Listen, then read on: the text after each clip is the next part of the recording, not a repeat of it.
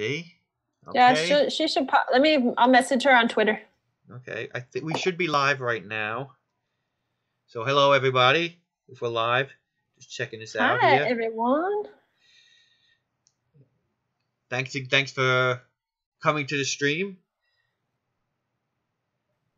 Yeah, thanks for joining us on our psychotic road trip.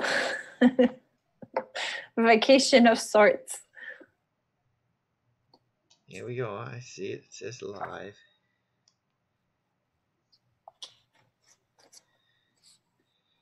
All right. I guess I could tweet this out and let everybody know here.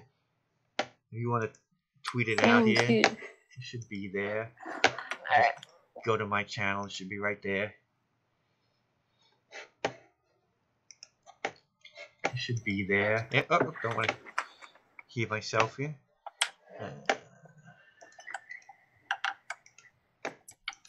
Alrighty.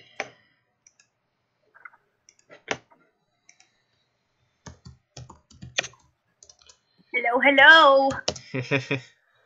Well, hello again, Miss Ellie. Hello. Hello, we just started. We're live. Well, all right. Let me.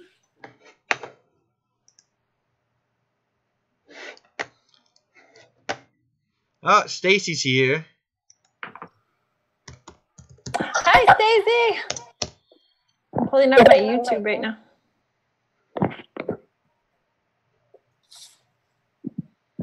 Let's see. All right.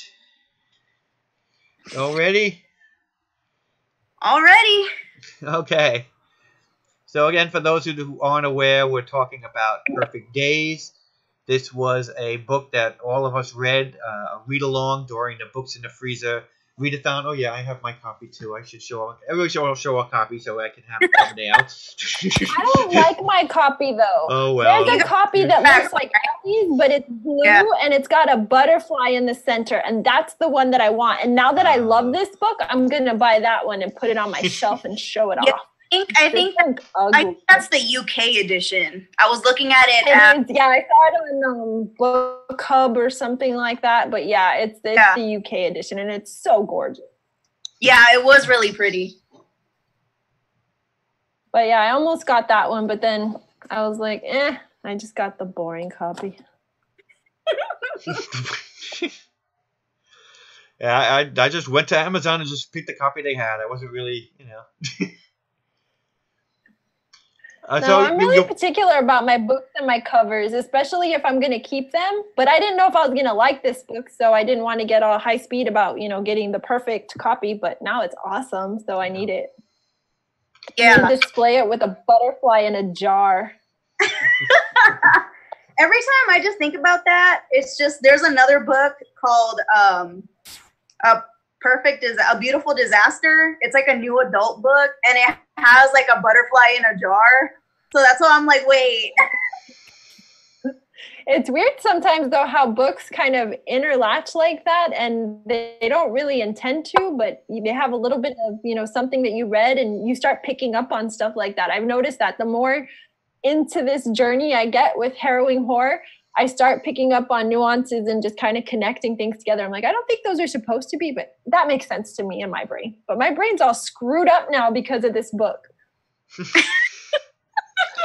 Well, on that, I guess, Cammy, you could probably go first. You got your notes and everything on this book, so you got all detailed. So why don't you take it over here and start talking about the book first, I guess. Well, first and foremost, thank you guys for agreeing to read this together. I think it was a really cool thing that we did. It was, just something off the cuff that I thought would be fun to help us all, just get through a book. Because I know sometimes readathons can be a little bit grueling, especially when you have multiple readathons like are going on right now for the month of October. But I just thought that going into this book, I was going to hate it. And I was very pleasantly surprised.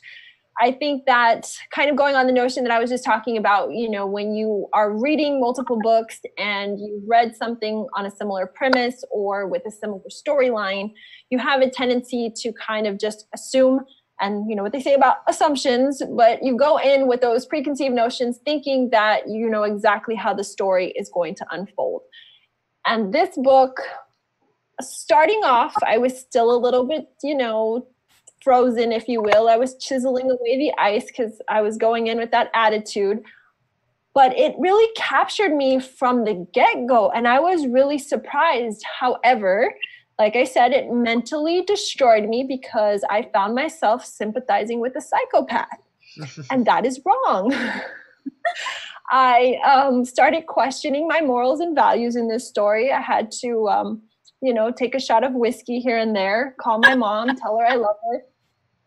But beyond that, though, no, it was a really incredible story. And I think that it's very underrated. I think more people should read it. And women, never lend out your cell phones. There's a moral to be had right from the start in this story. Do not lend your cell phones to strangers, because you just don't know if they're going to call themselves and get your number and then, call you randomly from a fake college and ask everything about you. But no, it was a really pleasant surprise from the get. I enjoyed the characters. I thought the characters were believable. Not always likable, but I think that was part of the joy and beauty of the story, is that I did hate both characters and love both characters at different points in the story, while loving and hating myself. So there was a great love affair going on between the three of us during this story. So I might have, momentarily separated myself from society. I don't know. But maybe that's what a good book is all about. Okay, Ellie, what did you think about the book? Did you finish it, actually? I did. And I just want to say that it was very convenient, that ending is... We were talking about that while you were eating, actually. We were talking about how convenient that was. So my only criticism, like this book, I think for being a psychological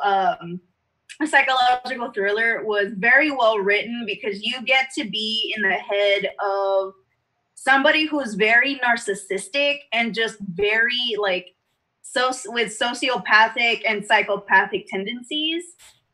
So reading by his perspective, I was just like, what do you mean? Like, this is going to be good for her in the end? She kind of needs her spine, So, as I was finishing the book, that's what my criticism comes in, is at the ending, because I think it's way too happily ever after for being, for everything that has been happening between these two. We had this whole buildup of, we're going to follow your screenplay. We're going to go to every single city or town that you wrote about. And then conveniently there's an accident, and then she has no memory of what happened. Yeah. So true love. Yeah. Well, they do hint that, like I said, how memories are starting to come back. So they are kind of hinting that there is going to be some kind of, I guess, reckoning in the future. But this, I guess, to get my feelings of the book, which is that I didn't like it as much as you two ladies did. I didn't hate it.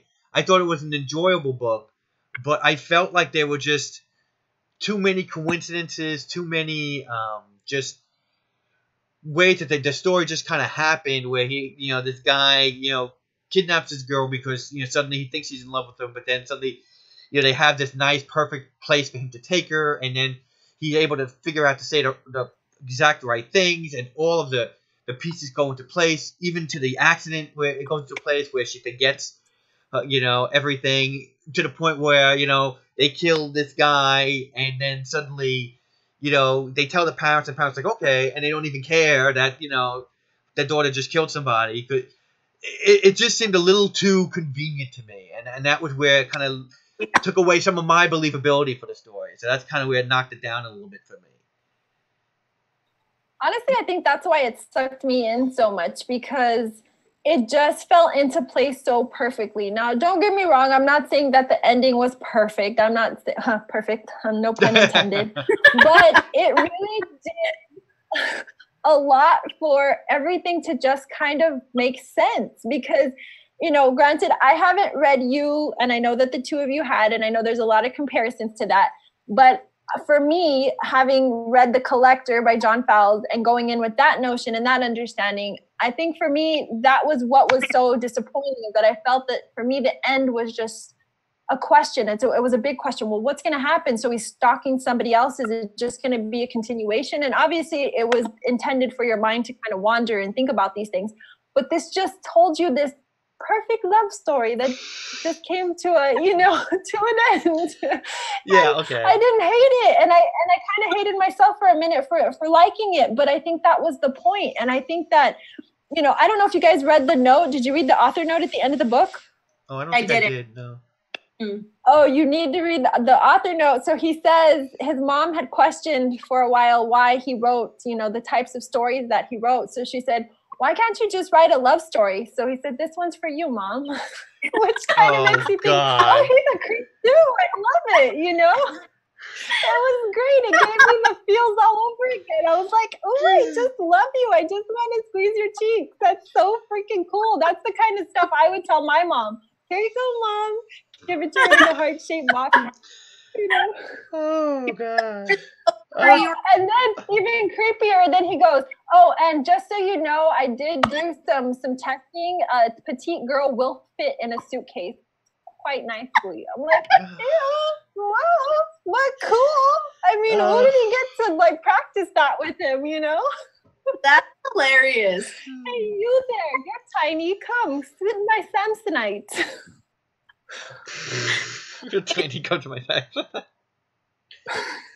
Oh my God. But see, this is why I question my sanity now, because I don't know about you guys, but I found myself being able for the first time in a psychological thriller sympathizing with both parties, because I, for more than one instance, had to question Clarice's sanity. Why is she with him? Why is she going along so eloquently? And it's got to be a mental breakdown for, her in that type of situation, for anybody in that situation. After a while, you just kind of succumb to your surroundings and you probably tell yourself, maybe if I just give in, maybe if I just do this, or maybe if I try this the way he wants me to, things will be better and it'll be easier for me. So in that way, I could sympathize with her. But then there were some times where it just seemed normal for her, and she was cuddling with him and kissing his face. And it's just like, is she doing this because she's trying to escape, or does she really have the feels for this creep, So there was a lot of psychological trauma going on up here for me while I was reading it. I just couldn't really put it all together. And that's brilliant writing, if you ask me. Yeah, the part that kind of confused me was when the big intimate relationship between them happened, and then afterwards Mm-hmm. Yeah, it seemed like she lost her mind afterwards. But while it was going on, she let it go on. Well, not that she had a choice, but even afterwards, she was she was calm for a second, and then she completely lost it. So I was like, wait a second, you could have stopped him, but you didn't, and now you're flipping out. So I was just a little confused.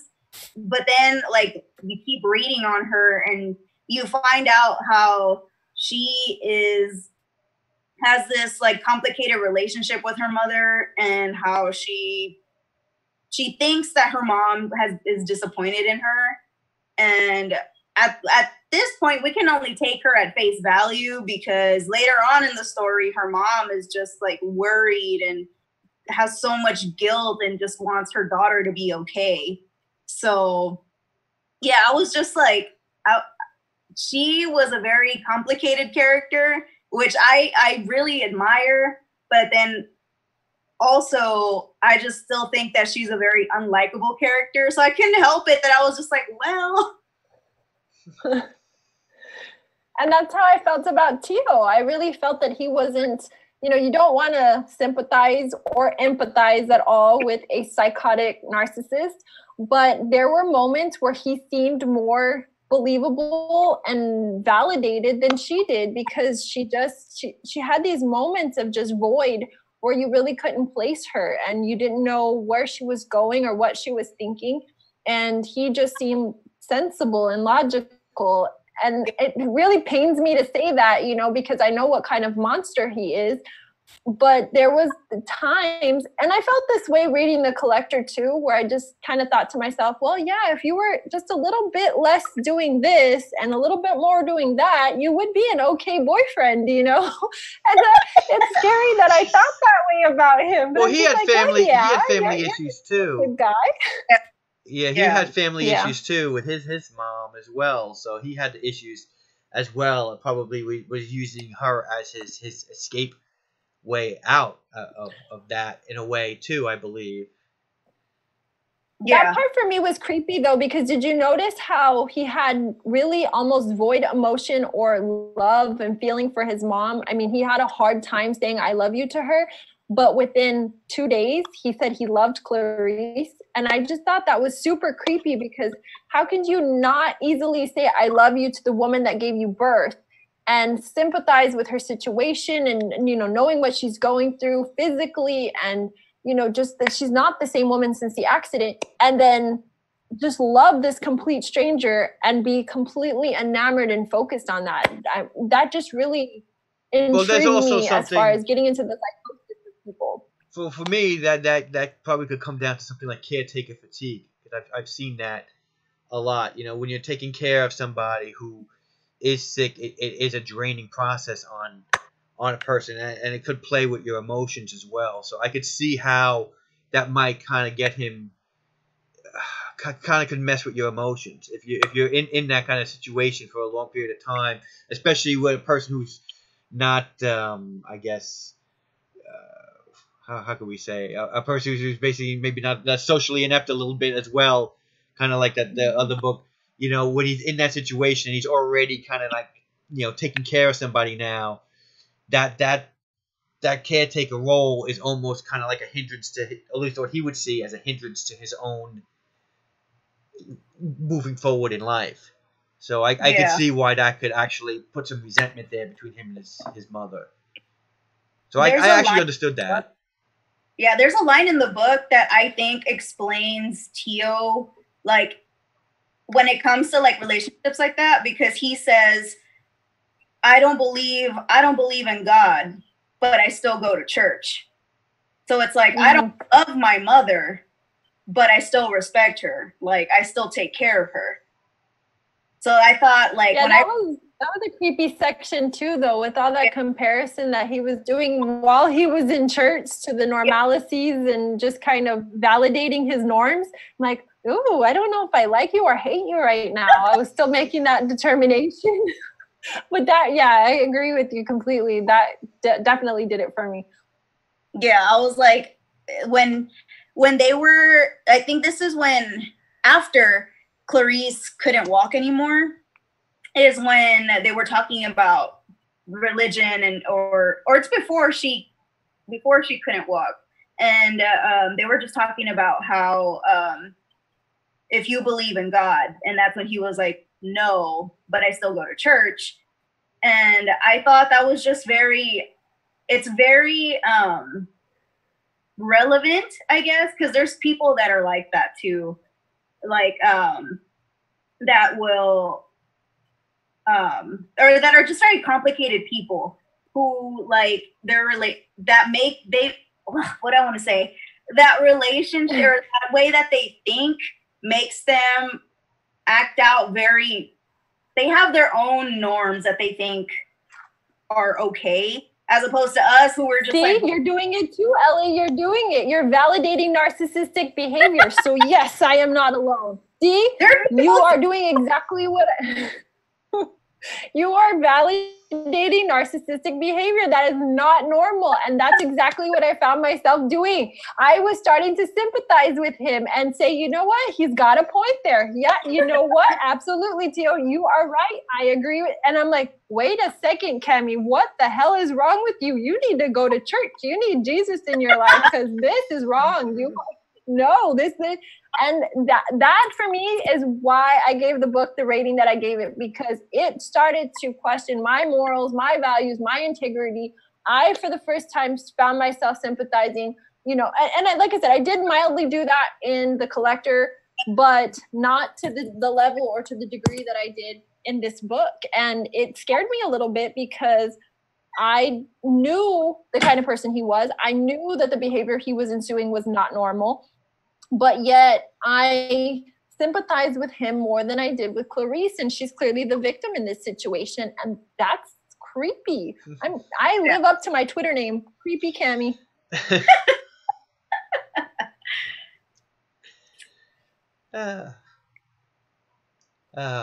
Yeah, I understand. Well, firstly, all of us are a little bit of a narcissist, or we wouldn't be on YouTube. I don't think all of us have a little. But yeah, I don't know what else to say about this book as far as what I've thought about it. I think I pretty much covered a good chunk of what I believed about it. Is there anything else you guys want to talk about in this book that you? I liked how, well, I can't talk about how accurate it is, but I like how he delved into the medical side with making Tio like a very skilled, I guess, I wouldn't even say surgeon, but he knows his way with a scalpel and a knife.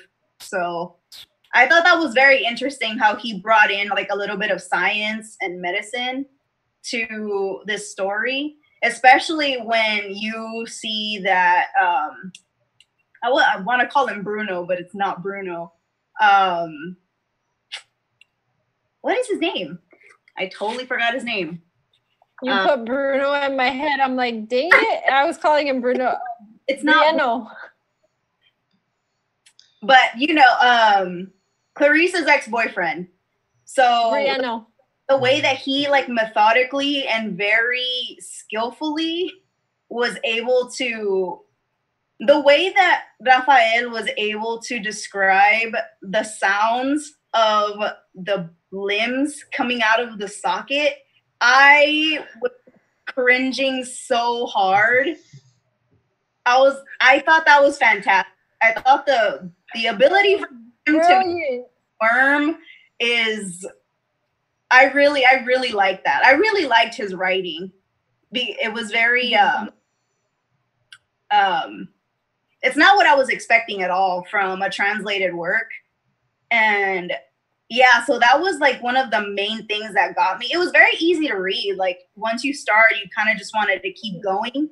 And I like the fact that the chapters were small, so that way you feel like you're actually moving through the book. And yeah, the way that he just described things, I thought was fantastic, because I was sitting there and I'm like, oh my God, my elbow, it's coming out of its socket. And I'm like, yeah, I was cringing so hard when I read those parts, and great job though.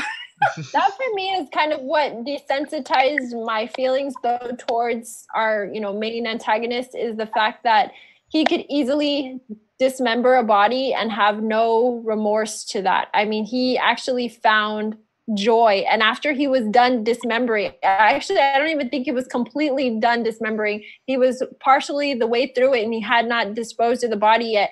And he got excited. He got these feelings of excitement that he describes. So excited, in fact, that he wanted to wake up Clarice just to share it with her. And I think that was the moment that I kind of disassociated myself from him. I'm like, you sick? Like, really, who does shit like that, And that's what did it. So all the other stuff didn't matter. Me out of it.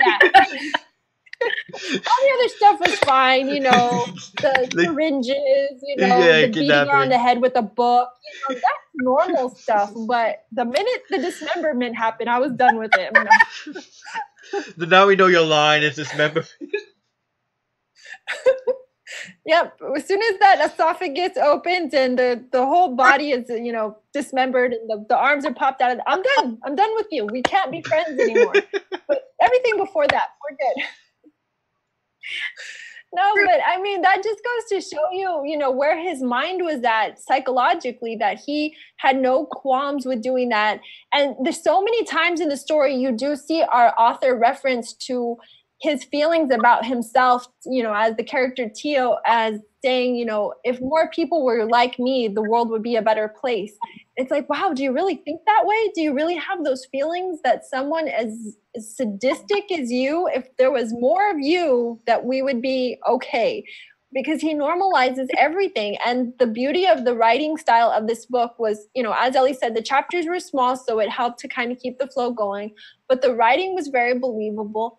It wasn't so trendy and modern day, but it had a modern day feel that it helped the story go. But there wasn't a lot of reference, which I feel a lot of books unfortunately do these days, where they try to bring in elements that familiarize their audience, you know, where they'll bring up certain social platforms or try and mention a TV show or something. This, although there was references to his culture in, you know, where he's from in Rio de Janeiro, you know, there was some references to pop culture there musically and stuff like that. But I think that helped me kind of disassociate because I wasn't familiar with all of that. So it didn't kind of steal my mind from explaining and expressing the story. It was just part of the story for me. And I just think it was beautifully written. For this being his second novel, he really did a phenomenal job. And he was very young too. I don't know if you guys caught how young he was. I think he was like early 20s? Early 20s when he wrote this book. His first book he wrote when he was exactly 20 years old, and this book came out, he was, I believe, 24. And that just blows my mind that, you know, although I'm sure he pulled references, I'm sure he read The Collector, I'm sure he read you, and I'm sure, you know, he did his research. But like I was telling Paul, when, you know, you had stepped aside from us for a minute, Ellie, I was telling him that I really felt that although he could have easily honed in on those stories and kind of taken from that and made those stories just like his own, a retelling of those stories, he didn't do that. He used bits and pieces to kind of keep your mind going in that same direction, but he made a story all its own that stood on its own 2 feet, that just creeped the hell out of you. And it really does stay with you, whether you liked it or didn't like it, whether you agreed with the ending or, you know, like the two of you are agreeing that you just felt everything fell into place. I really think that was the beauty of this story. It just helped it be told in such a poetic way that it sticks with you. And you really just, you get a lot of feelings while you're reading it that you can resonate with in a good and bad way. Yeah, I can see that. It's just, yeah, it's just to me. I thought it was really good. Yeah, it's just to me, it's not that I don't like a happy ending per se. It's just, and I know it's a novel, so it's a work of fiction, but there should be like some sort of like reality to it, I guess, because for you to commit all these crimes, and yeah, sure, you think you're covering your steps very like well, and then to have everything close out the way that it did, it's the perfect crime, though. That's what. No, but that's why it's not believable. There are people who plan. That's what makes it perfect. But there are people who plan out these things, you know, meticulously and still screw up. This is a person who, like, on the fly, and it all fell into place. Yeah, and it just so happens that this guy comes out of nowhere trying to get his girl back, and you're like, oh, well, I can't let you leave now, so I'm gonna perfectly murder you, and I'm gonna dismember you, throw you in the lake, and magically no one is ever gonna find you. Yeah. Oh, but you had to have known that was coming. When he's analyzing the depth of the water and saying it's about 50 feet and analyzing the time of when people are actually out there, he's doing most of his walks at night when nobody's around or early in the morning, 1, 2 o'clock in the morning. That's the perfect murder. Perfect setting. And maybe I watch too many horror films, but it would be a perfect movie because it has all the right feels, all the right settings, and it really is the perfect murder. Everything fell into such a beautiful place for him that at the end, you can't help but not be mad because you're telling yourself all this shit wouldn't have made sense if he couldn't have gotten away with it. All of it would have been unbelievable. Clarice would have just been a nutcase, but because she lost her memory, because of the fact that everything just became this beautiful, you know, cocoon butterfly that opened up into just this joy. It made so much sense to me. And on the medical side of things, like you were saying, Ellie, I don't know if, because we hadn't talked about this. I know you read You, but you hadn't said if you read The Collector yet.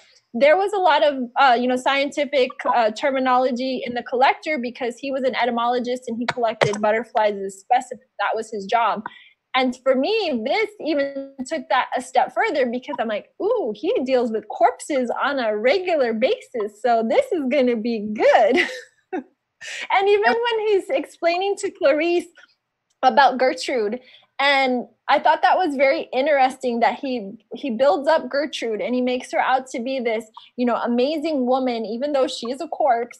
And he's, you know, he's so excited to talk about her and keep her, you know, in the forefront of his heart and in his mind. And then he's telling her about Gertrude, but he doesn't have the wherewithal to let her know that she's a corpse. And I just thought that was so interesting. It's like, well, why wouldn't you share that with her? You know, this is a very intimate relationship that you've created with this person in your mind, because obviously she can't talk back to you. It's the one person, you know, probably besides your mother that you best identify with. And now here's the woman that you love and you can't tell her fully about this relationship because you're afraid of what she's going to think. So it was those kind of feelings in the writing that really had me teetering back and forth, you know, loving and hating Tio. And I was just loving and hating myself in this book. And it was great. It really was. Okay. Yeah. It was. Yeah, but even if you compare The Collector and you compare You, both of those books had challenges. It wasn't like it did like this book really it did just go boom boom boom perfect right down the line. You know, there was like no, even those books, and they were planned. Both of those books had characters and antagonists that planned everything out, and they had problems that they had to work out and had to figure out. And this guy just, the idiot savant, was just able to like perfectly find everything to go right down the line, and you know, it was like he didn't have to worry about planning anything. That I guess. Well, it worked though, because that worked. Yeah. Even like when well, like for example, when he ran into that situation where they were going to the island and he ran into the cop, and you thought for sure that was it for him. He was going to get the vehicle searched. You kind of had a feeling in the back of your mind that maybe the cop got a call ahead of time and he was told, you know, look for signs of this guy being, you know, kidnapped or maybe in the back of a trunk somewhere. And he had all of his possessions in his dashboard in like a little medical bag. Mm-hmm. Everything was right there. And so there was tons of these situations. That for me was probably the most nail biting. But you're telling yourself, okay, this is it. This is how he's going to get caught. This is the end of it for him. Even when Brianna goes into the room, you know, before his brutal ending and dismemberment, you think, okay, finally Clarice is going to get the you know, out that she needs. He's going to see her in the bed and this is going to be it for him. So I think, again, giving credit to our author, he had a very eloquent way of putting him in these situations, getting us right up to the 11th hour, thinking that he's going to get caught. He's not going to get away with it. But then, foiled you again. He got away with it, you know? So I think it's a win for evil. You don't see that a lot. That's true. You really don't. Yeah, you don't really It's always a battle of good and evil. And exactly. Yeah, you always see the good guy prevail. So yay for the evil guy for fun. All in all, like, I think it was a very entertaining book. For me, though, like, I wouldn't put it more than like 3.5 stars. Yeah, that's exactly what I was thinking.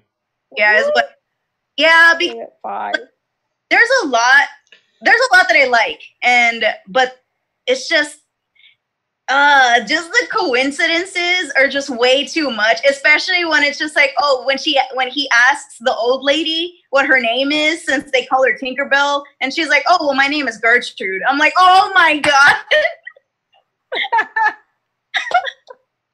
Yeah. Like, I don't know. I guess for all I guess all those little things for me just kind of kept elevating it. And because I always try and start a book off at the lowest level. I give every book I start to read 1 star. And then I, let the characters build. I let the plot build. And from there, I'll like, okay, yeah, it gets 2 stars now at this point. It gets 3 stars. And then I can kind of add and subtract as I go along. But for me, this book just kept climbing. I just couldn't find it in me to agree. And I know that, Stacy and I, we were talking back and forth about it, and she kept telling me how much she hated our main character. And, just she had told me, and I think she even wrote it here in the thread, that she wanted to throw the book against the wall. So in the back of my mind, I had Stacy's thoughts like, okay, usually we agree when it comes to books. But I just found myself fighting Stacy in one hand, loving Tio in the other hand, and being like, what's wrong with me?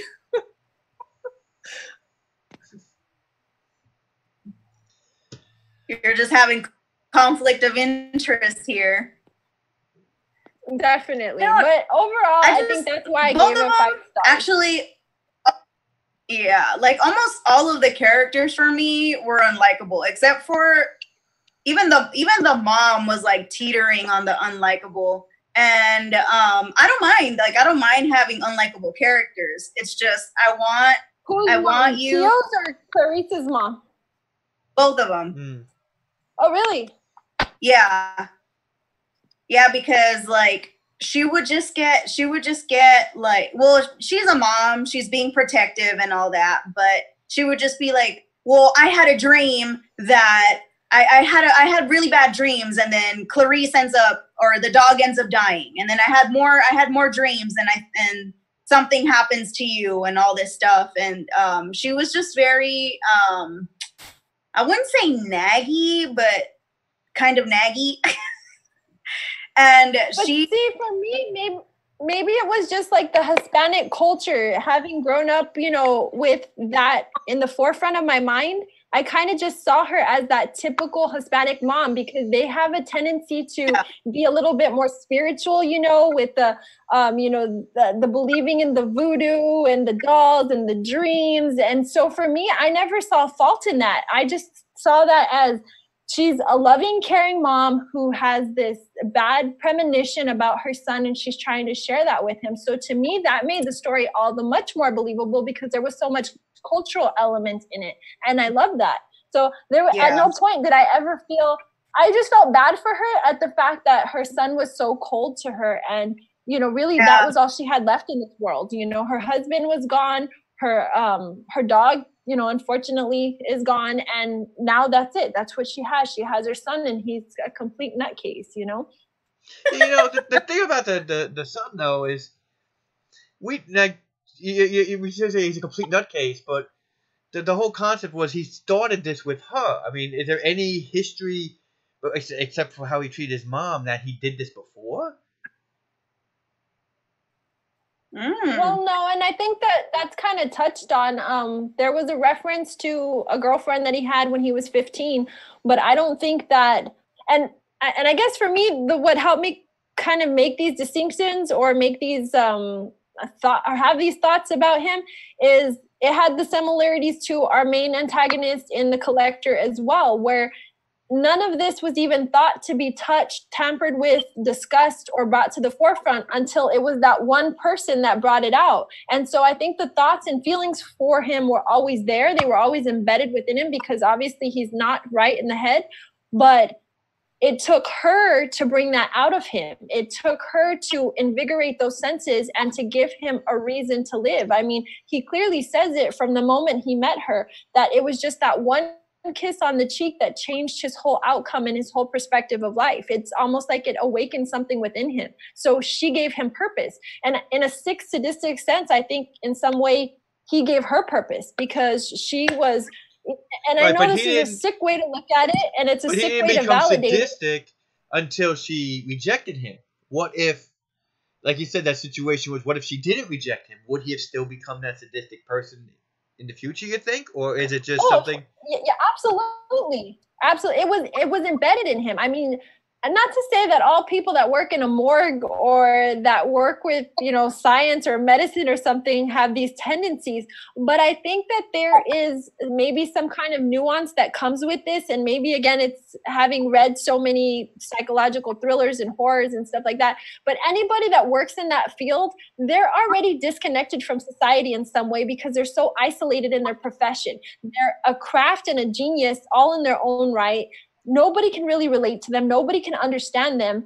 They speak a different language. And I think that was the beauty in Clarice, is that she was so free-spirited, and she was an art student. And, she was whimsical, and she was kind of a fly by her, next move kind of girl. And in some way that it captivated him, but grounded him. And in some way, his oddities grounded her. And I mean, her mom even references this, and not knowing, of course, what's happening to her daughter in the background, but this guy might actually be good for you. Maybe he's going to be the one that, finally gets you to settle down and, thinks about marriage and having kids, because prior to him, none of that would have happened. She would have never got married. She would have never had children.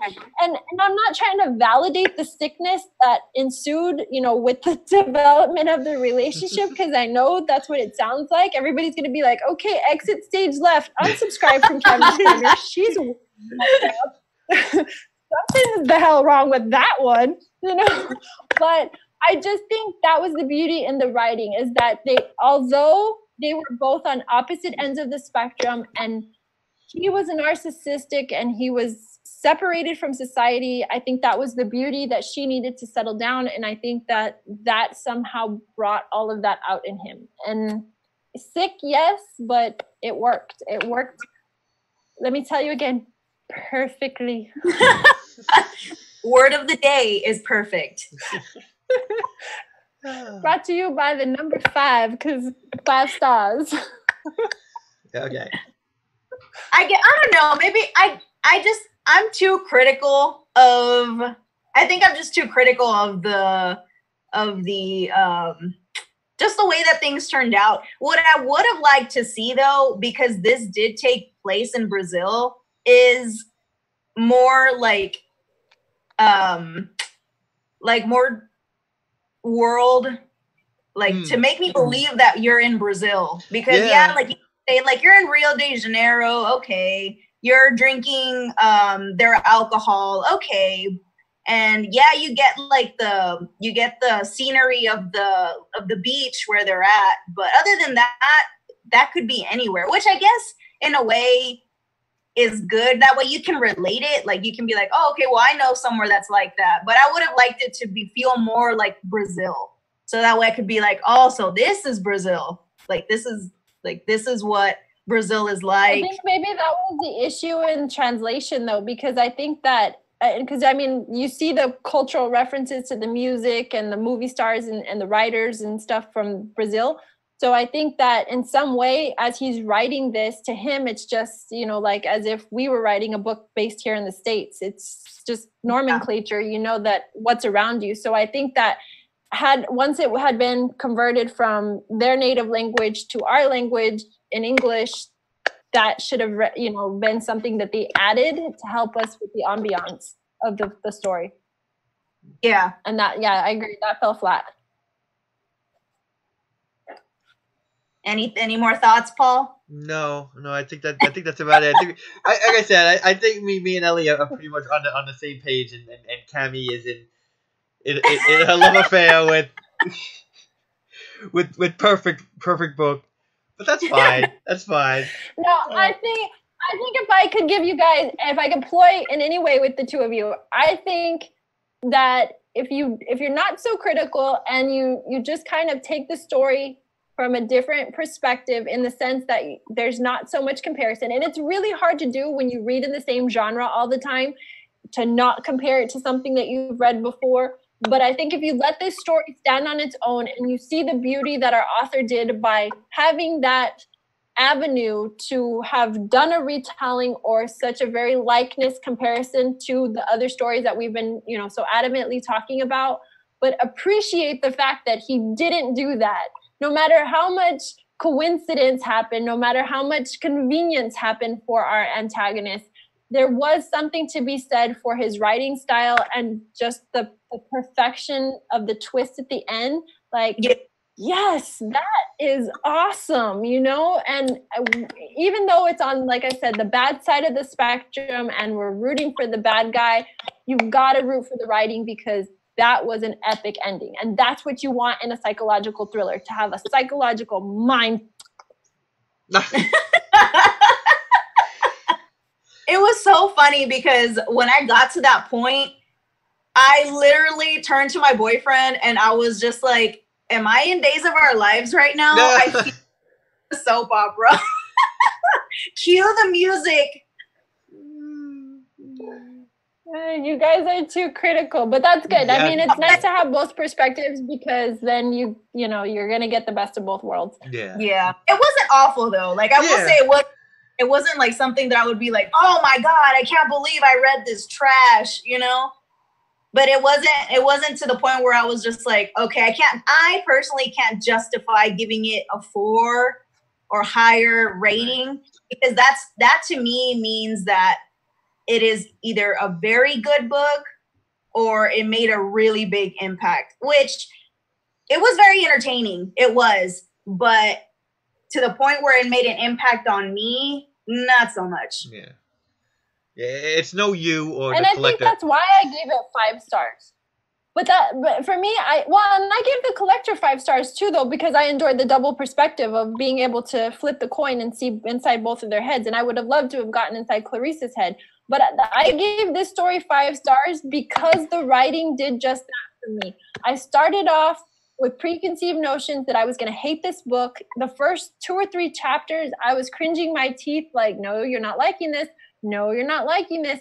And then when I started loving it and just loving the way that he described our antagonist and making the oddities and the psychotic narcissism seem so real and understandable and believable, that for me plateaus it. And that's why I gave it 5 stars, because when you can take someone who's normal, I guess if I'm normal, and you can make them start believing that sadistic shit makes sense, then you've done a good job and you deserve more stars, you know? And that is why I rated it the way that I did it. And honestly, I think everybody should read it, whether you are into the horror genre, the psychological genre at all, because this book is just worth giving yourself that opportunity to see if you are taken aback like that. Yeah, to see where you land on that side of the coin. Oh yeah, like I said, I agree with I don't think it's a bad book. Yeah, I didn't think it was a bad book either. But like I said, I just didn't think it was your top of the line book. I've read better. Like I said, you and the collector to me are way better examples of this genre, I guess, or subgenre of psychological thrillers that you can find. Not that it's a bad one, but like having the main antagonist be like the stalker. Right. Yeah. There are better books about stalkers. Well, I'm going to read You because I know that both of you read You. And I think that after I have finished the trio of these psychological thrillers, then I'll have a better perspective of kind of where you guys are doing the comparison contrast. But I am putting a ploy out there to all women writers. We need someone to write a story on the opposite spectrum where a woman kidnaps a man and does this shit to him, because I'm down for that all day. I am there for that. We need somebody to do that. Yes, that would be amazing. I would love to see this table turned and get inside the mind of a narcissistic, psychotic woman. Yes, right. Maybe. And then we can go back and we can do this again with that story. A good absolutely. It's a good recommendation that I have that is kind of like that is Jane Doe. That one's a really good one. Oh, really? Yeah. Yeah. It's she's a self-diagnosed sociopath and she owns it. And that book was so great. That has to be one of my top psychological thrillers of the year. I'll have to look into that. On my TBR now for November. Thank you, Ellie. You're welcome. Yeah, because she is after totally different subject, guys, but she is after someone who did something to a friend of hers, And since she's a sociopath and she doesn't really like understand the whole emotion thing, she plans a revenge plot against this man. So she stalks him for a little while, and it's really cool. It's a very entertaining, and I was very impressed by that book because I was like, yes, we finally have a female. Nice. Well, it's definitely on my TBR as well as you for November. So I'm happy about that. And I'm loving psychological thrillers. I don't know why I didn't tap into them before with my love for horror, but this has definitely been the year of psychological thrillers for me. Yeah. And then if you don't like you, then you can come back and roast us. Yeah. And then we'll be on your side. Yeah. You make it just so unbelievable.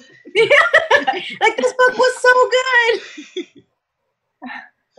No, but thanks guys for doing this with me and for agreeing to read this, because I think it was a lot funner reading it together, and I love sitting down and kind of comparing sides with other booktubers, and especially ones that enjoy the same genre, because sometimes it's hard to talk to people that don't read the same genre because they don't understand, like you guys totally get that I'm a psychotic nut job on this side and that I'm rooting for our antagonist. You're like, I get you, I understand. But to the other person on the other side of the computer that's hitting the unsubscribe button right now and calling 911, they don't understand that. No, actually, this is good. Me because Stacey and I read a lot together, but it's nice. It's nice to have friends that just they're like, it's okay. You can be a little sick. No, this is good because you actually have a discussion where you have like people who have like different opinions. It's not like 3 or 5 people all gushing over a book how much they all love it. So it's kind of nice to have different perspectives here. So I appreciate your perspective. That's a little bit higher than our perspective. Yeah. Well, thank you for agreeing that it's okay to be a little odd, because I think I'm a little odd. I mean, you had me over here. Yeah, like what he was doing, it's okay. It's fine. So I think we're someone in a suitcase is completely normal. As a matter of fact, my Samsonite pink luggage should be here next week. So I have my ticket booked for Rio de Janeiro. So excellent. See, now we're on the same wavelength. I just need a new pair of glasses because I feel like maybe some black spectacles might be in the order. I don't know. Yeah, maybe I can get you some syringes if you need them. Some kind of like trinket.